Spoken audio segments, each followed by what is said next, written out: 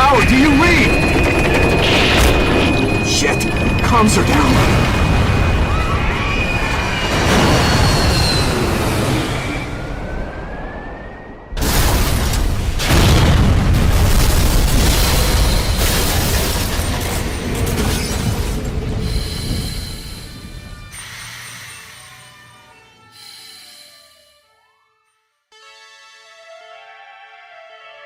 I think it's probably unanimously agreed that Metal Gear Solid is really fucking cool, right? For a series that has lasted over 35 years, it's incredible to think that each entry has not only been different from the last, but all of a super high quality at that, except for Metal Gear Survive, obviously. But when I say Metal Gear games, I mean the ones made by Kojima, so as far as I'm concerned, that shite can go flick off. Speaking of Kojima though, the man is heralded as an auteur genius throughout the entire video game industry. Hell, even the film industry. There's a reason he can recruit Jordan Peele and Joseph Kosinski to feature as a guest on his podcast. His writing is unlike anybody else's, and the balance in tone he's able to strike, incorporating some ridiculous, funny, over-the-top fun moments into these somber stories of betrayal, death, and indoctrination, and have it actually work, in my mind makes MGS my favourite game franchise because of that alone. You can go from being in awe at the character designs and the towering, threatening Metal Gears themselves, to feeling betrayed and frustrated by a perfectly planted but unexpected twist, to getting seriously emotional at a gorgeously framed cutscene or a poetic line from one of the characters. I've seen so many people talk about how they cried like a baby at the end of MGS4, and you know what? I haven't played it yet, so I can't comment either way, but I wouldn't be surprised if it really was that impactful, because that's just the kind of game series that Metal Gear is. And that's before you even talk about the gameplay, which is always full of excitement, tension, fun, and an immersion found in all the different ways you can approach a task. My favourite in the series is probably The Phantom Pain. For all its shortcomings, its story going unfinished because of Konami, it remains my favourite open world experience of all time, and a perfect epilogue to the series' continuity. They're all great though, the ones I've played. They are, by all accounts, amazing games.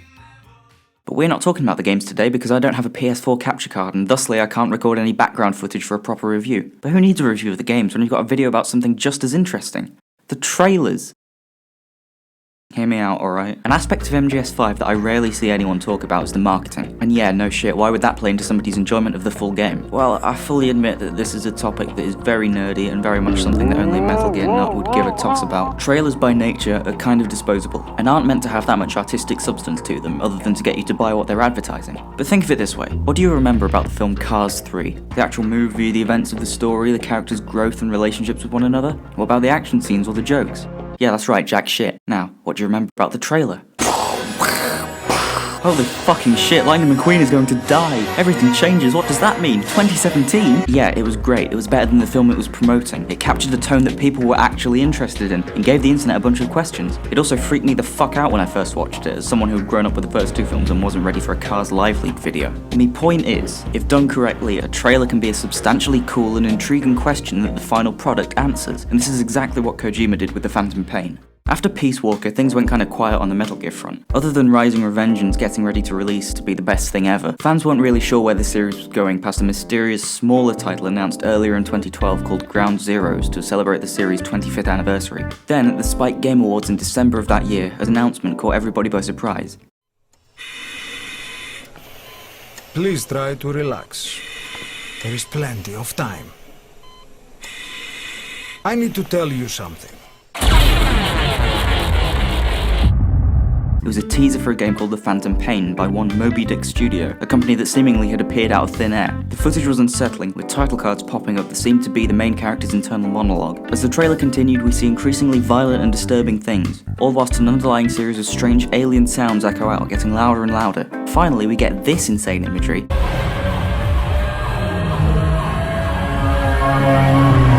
And a hit with a logo and accompanying creepy classical music. At the end, there are very few things that capture the kind of anxiety the reveal of the Phantom Pain does. It's like being in a nightmare, drifting from scenario to scenario, unable to do anything but watch on and see your odds go from bad to worse. And jumping ahead for a moment, the way the scene is presented in the final game still gives off a very uncomfortable vibe, and it's for sure very tense. But there's something about the idea of people at the Spike VGAs watching this for the first time, having no fucking clue what it was, that I feel better captures the confusion and paranoia Venom Snake is having to confront in the scene. The sound design really can't be understated. It's this weird mix of pulsing machinery and noises that are not unlike what we're seeing on screen, but as if we've suffered some kind of damage to our hearing.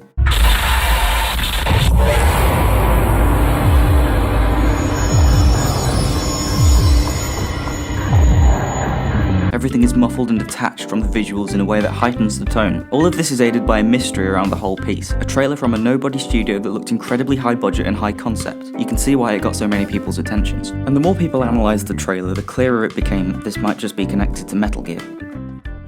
The playable character certainly looked a lot like Big Boss, and there were hints at the kind of instrumentation used in Harry Gregson Williams' Sons of Liberty score in the soundscape. The figure at the end of the hallway sort of resembled Psycho Mantis from the first MGS, and the guy walking through the fire looked a bit like Colonel Volgan from Snake Eater, which, by the way, I think it's very funny how the full game treats this like a big reveal when people online guessed that it was him before it was even announced to be a Metal Gear game. Even the logo at the end of the trailer, if you fill in the gaps in the letters it would spell out Metal Gear Solid. By no means was this an overly cryptic trailer. With the amount of evidence featured, it was pretty obvious that this was MGS5, but the fact that Kojima went to this much trouble in the first place really highlights his dedication to not only making this the biggest game in the series yet, but also the message of the game's story. There are blatant parallels to stuff we hear in the prologue. Boss says, You can call me Ishmael. when he's first introduced to Venom, who he then calls Ahab! Ahab! Ahab! if you happen to die during this segment. That's a reference to Moby Dick, the namesake of Moby Dick Studio from the reveal trailer. The same goes for the big fire whale that the man on fire creates. It's all very clever and very sneaky. What really gets me though, is how the way this trailer was presented to us was giving away the big twist of MGS5 before the game had even been properly announced, in a roundabout thematic way. At the end of the game we find out that we've not been playing as Boss at all this entire time, but in fact the medic who survived the same helicopter crash that the real Snake did at the end of Ground Zeroes. You've been given facial reconstructive surgery to look like him and sent on your merry way under the supervision of Ocelot and Miller to throw Cypher off the scent of the real Big Boss. It's a super disheartening revelation that makes you question everything you've seen up until this point. All of the soldiers you've gotten to join Diamond Dogs because of your notoriety as a war hero. Only it's not your notoriety at all, you're an imposter. Identity is a theme throughout the story in general, and in this trailer we see a game studio that doesn't really exist, Kojima Productions masquerading as something it's not. It's this kind of playful foresight that makes me love Kojima. But this video title says MGS5 trailers, as in plural.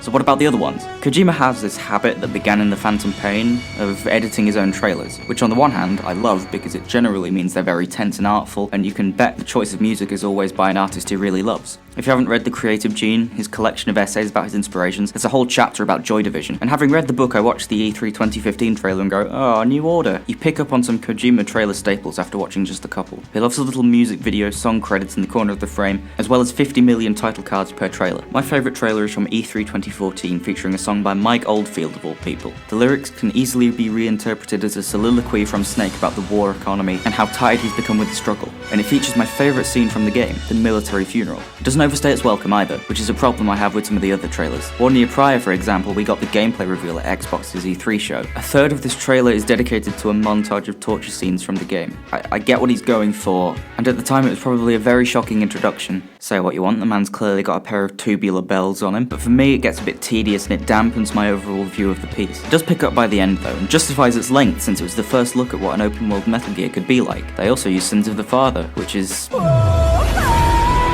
iconic. Why did I make this video then?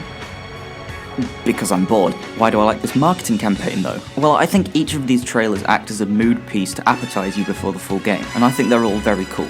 That's allowed, isn't it? And Kojima's gone on to make similar trailers himself for Death Stranding, a lot of which are, admittedly, just scenes from the game in full, like this one. Don't even breathe.